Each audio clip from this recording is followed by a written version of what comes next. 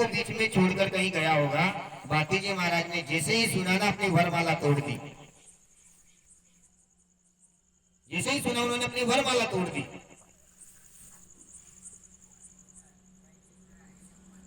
और घोड़े पे सवार हो गए तो सब बोलने लगे कि शादी को बीच में अधूरी छोड़ के जाना शुभ नहीं है भाती जी महाराज, ये शादी फेरे पूरे कर लो साथ, फिर बाद में आप चले जाना।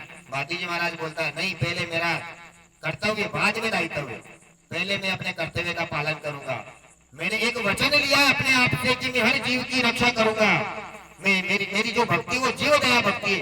जो कोई भी किसी जीव को प्रताड़ित करेगा, सताएगा, मारेगा, उसको मैं बचाऊंगा। ऐसा मैंने एक अपने आप को प्रण किया है। तो वो इतनी गौ माता को लेके गया है और मैं यहाँ पे, मेरे लिए एक कदम भी यहाँ पे और चलना मुश्किल है, मेरा जाना वहां जरूरी है, ऐसा बोल देते हैं और चल पड़ते हैं। गौ रक्षा की खातिर भाती माला तोड़ दी। ऐसी भाती जी महाराज की एक बहुत बड़ी मिसाल दी जाती है। और चले जाते हैं खाकरिया भूमि में, खाकरिया भूमि में जाके वहां पे पठानों से युद्ध करते हैं। बहुत पठान रहते हैं और भाती जी महाराज अकेले रहते हैं, उनसे उनका युद्ध होता है। काफी समय लड़ते हैं, काफी समय, और अकेले सभी पठानों को करीब करीब सभी, कोई छुप गया, कोई भाग गया, कोई मर गया, कुछ लड़ रहे थे उनके सामने, कईयों को उन्होंने मार दिया, कई घबरा के छुप गए। तो उनके अंदर एक काला पठान करके था, वो भाती जी महाराज को देख के लेट जाता है। भाती जी महाराज को लगा ये मर गया और उसके आगे निकल जाते और पीछे से उठकर वो काला पठान क्या करता है, धोखे से भाती जी महाराज की गर्दन पर खींच के जोर से तलवार का वार कर देता है। तो हमारे भाती जी महाराज का जो शीश है धड़ से अलग हो जाता है।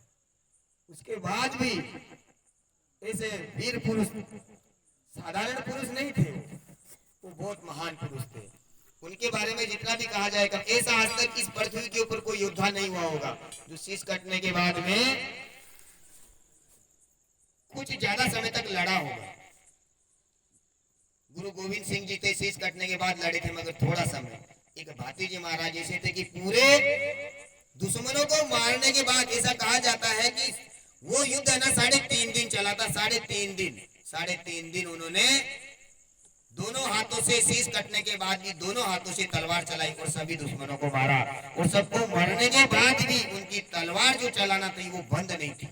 विचार करो कैसे महान पुरुष हो गए। उनके हाथ चलाना चालू थे, उनके हाथ रुक नहीं रहे थे, इतनी उनके अंदर वीरता, उतना तेज था, जीव दया भक्ति का। उस समय पे वहां पे पूरा परिवार आ जाता है, उनकी माता जी, उनके पिताजी, और जिससे उनकी शादी हो रही थी वो भी कुमकुंबा माता। और वो उस समय पे इस प्रकार उनको हाथ हिलाते हुए देखकर माता कलवा पुकार करती है। क्या टाइम हुआ?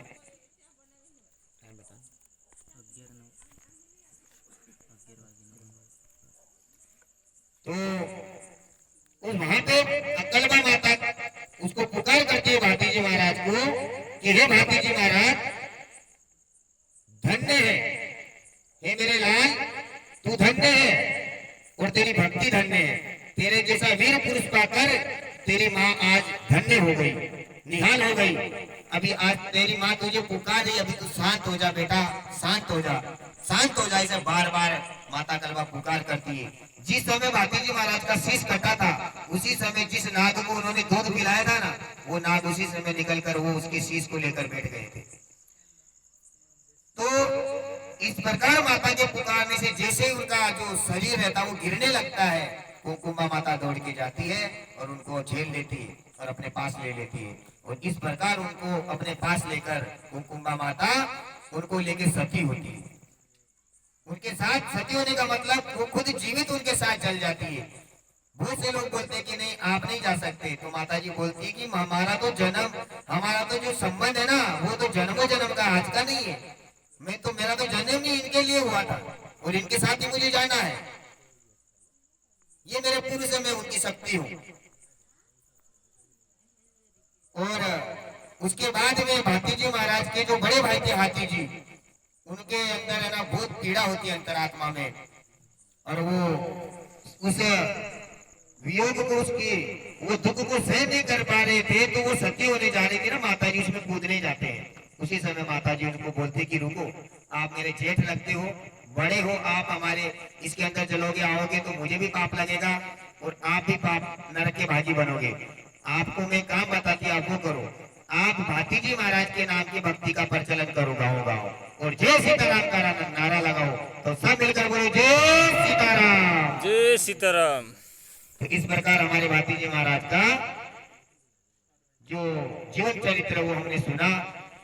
ऐसे वीर पुरुष की भक्ति में अगर हम लग जाए तो उनकी कृपा कैसी होगी, मगर भक्ति दिल से होनी चाहिए। ऐसे वीर पुरुष को जब भी अगर हम मुसीबत में हो, किसी संकट में हो, आप दिल से पुकार के देखो, मैंने तो बहुत अनुभव किए, सही में वो हमारे लिए खड़े होते, किसी ना किसी रूप में आ ही जाते हैं, किसी ना किसी के जरिए अपना काम करते ही है। मगर पुकार करे तो किस प्रकार करे, हम इस भजन के माध्यम से चलो समझेंगे, और सबको मिलके गाना है, जैसा भी आए।